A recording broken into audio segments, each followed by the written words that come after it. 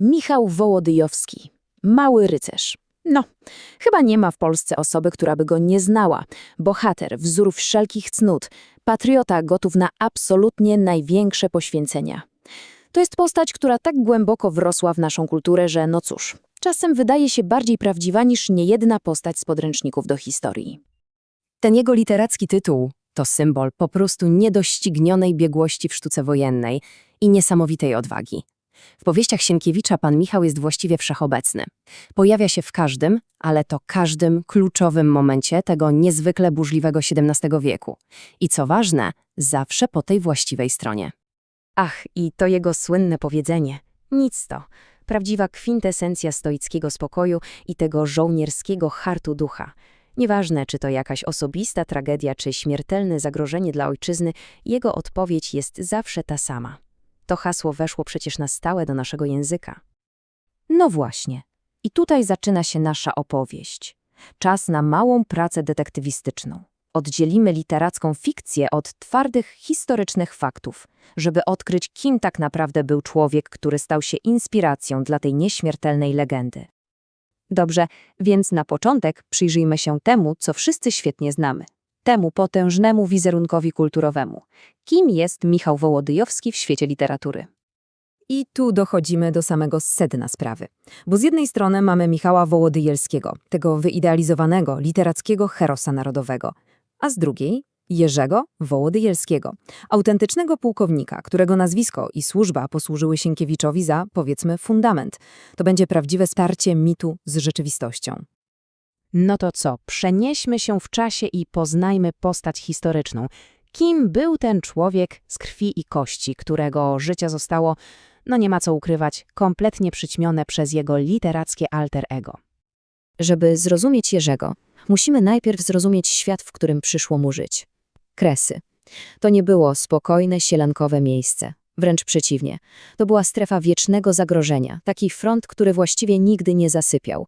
Służba tam wymagała naprawdę niezwykłej odporności. To była bardziej kwestia przetrwania z dnia na dzień, niż robienia jakiejś wielkiej kariery. Wystarczy rzut oka na tą oś czasu. Cała kariera wojskowa Jerzego Wołodyjowskiego przypada na jeden z, bez żadnej przesady, najbardziej chaotycznych i krwawych okresów w historii Polski. To nie była jedna wojna, po której następował pokój. Nie, to był stan permanentnego konfliktu. Z kozakami, z Moskwą, potem potop szwedzki, a na koniec inwazja osmańska. Non-stop w ogniu. No dobrze, to teraz zderzmy ze sobą te dwa życiorysy. Zobaczmy, jak wyglądała służba prawdziwego pułkownika w porównaniu z jego, cóż, wszechobecnym literackim odpowiednikiem. I tu od razu widać kluczową, fundamentalną różnicę. Fikcyjny Michał jest dosłownie wszędzie, gdzie się nie obejrzeć w trylogii, tam on jest, a jego bohaterstwo spaja całą fabułę. A historyczny Jerzy?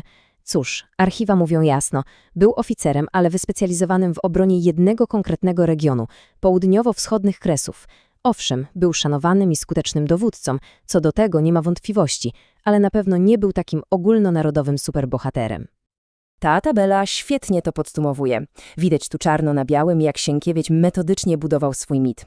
Zobaczmy, w każdym kluczowym punkcie, od samej tożsamości przez rangę, służbę aż po śmierć, zastępował tę udokumentowaną, ale jednak regionalną rzeczywistość żołnierza czymś znacznie większym, wyidealizowanym ogólnonarodowym symbolem. Szczególnie uderzająca jest ta ostatnia kategoria – śmierć. Ta historyczna jest, powiedzmy sobie szczerze, dość prozaiczna, a ta literacka to już kulminacyjny, wielki akt poświęcenia. Okej, a teraz przejdźmy do czegoś, co jest chyba największą, najbardziej jaskrawą różnicą między tymi dwoma postaciami, mianowicie do ich życia osobistego. I to jest niezwykle wymowne. Zapiski historyczne na temat życia prywatnego pułkownika Jerzego Wołodyjowskiego praktycznie nie istnieją. Nie wiemy nawet, czy był żonaty. Trzeba pamiętać, że archiwa wojskowe z tamtych lat to głównie listy płac i raporty z bitew. Tam po prostu nie było miejsca na zapiski o romansach. Dlatego historyczny Jerzy jest dla nas postacią zdefiniowaną w 100% przez jego służbę wojskową. Tyle. I właśnie tę pustkę Sienkiewicz wypełnił postacią po prostu jedną z najwspanialszych i najbardziej barwnych w całej polskiej literaturze. Oczywiście mowa o Basi Jeziorkowskiej. To ona, ten mały hajduczek, nadaje fikcyjnemu Michałowi to całe człowieczeństwo, którego tak bardzo brakuje w suchych, historycznych zapiskach o Jerzym. Basia jest jego emocjonalnym dopełnieniem. Ten krótki fragment z powieści idealnie oddaje jej charakter. To nie jest jakaś tam stateczna dama. O nie, to żywe srebro, prawdziwy hajduczek. Ta jej niesamowita energia, spontaniczność, odwaga, to wszystko czyni z niej po prostu idealną partnerkę dla żołnierza z Kresów. Ona nie tylko rozumie jego brutalny świat, ona chce w nim aktywnie uczestniczyć. I chyba nic tak dobitnie nie pokazuje tej przepaści między historią a mitem, jak porównanie końca obu życiorysów. Prawdziwy Jerzy najprawdopodobniej zginął tak, jak ginęły wtedy tysiące innych żołnierzy, w boju lub od choroby, bez żadnych fanfar. A koniec Michała to jest absolutne apogeum, szczyt literackiej dramaturgii. I tu właśnie dochodzimy do czegoś absolutnie fascynującego. Zobaczmy, jak genialnie zrobił to Sienkiewicz.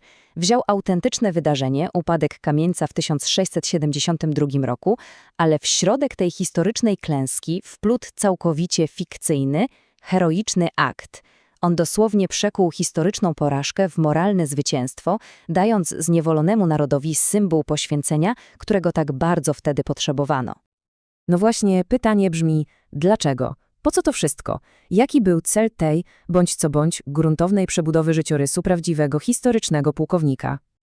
I tu leży klucz do zrozumienia absolutnie wszystkiego. Trzeba pamiętać, że Sienkiewicz nie pisał swoich powieści w próżni. Pisał je pod koniec XIX wieku, kiedy Polski nie było na mapach. Pisał dla narodu pod zaborami, którego morale, mówiąc delikatnie, sięgało dna. I to jest właśnie jego genialny przepis, jego metoda ku pokrzepieniu serc. Krok pierwszy, weź szkielet prawdziwej historycznej postaci, w tym wypadku pułkownika Jerzego. To daje całej opowieści pozór autentyczności. Krok drugi, na tym szkielecie zbuduj idealnego bohatera, Michała, takiego, który uosabia wszystkie te cnoty, o których Polacy pod zaborami mogli już tylko marzyć. A w rezultacie? Fikcyjny Michał Wołodyjowski stał się kimś znacznie więcej niż tylko postacią z książki. On stał się potężnym symbolem. Jego postać niosła nadzieję. Przypominała o czasach, kiedy Rzeczpospolita była potęgą, z którą każdy musiał się liczyć. I tu jest taki mały, ale fascynujący detal. Sam Sienkiewicz, jakby puszczając oko do historyków, w jednej ze swoich późniejszych powieści wymienił z imienia i nazwiska autentycznego pułkownika Jerzego Wołodyjowskiego. To było w pewnym sensie przyznanie, tak, wiem, że on istniał. Tym samym subtelnie oddzielił prawdziwego człowieka od mitu, który sam przecież powołał do życia. Podsumowując, można powiedzieć tak. Bez udokumentowanej służby i realnych kompetencji prawdziwego pułkownika Jerzego postać fikcyjnego Michała nie miałaby tej siły.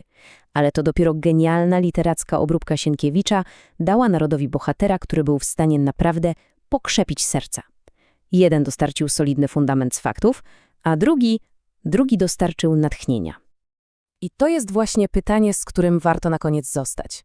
Bo historia Wołodyjowskiego to idealny przykład tego, jak potężna jest siła opowieści w kształtowaniu naszej wspólnej pamięci. Kiedy opowieść staje się potężniejsza od historii, to którą z nich ostatecznie zapamiętujemy? I co chyba ważniejsze, dlaczego? Czasem, jak widać, mit jest nam potrzebny znacznie bardziej niż suche fakty.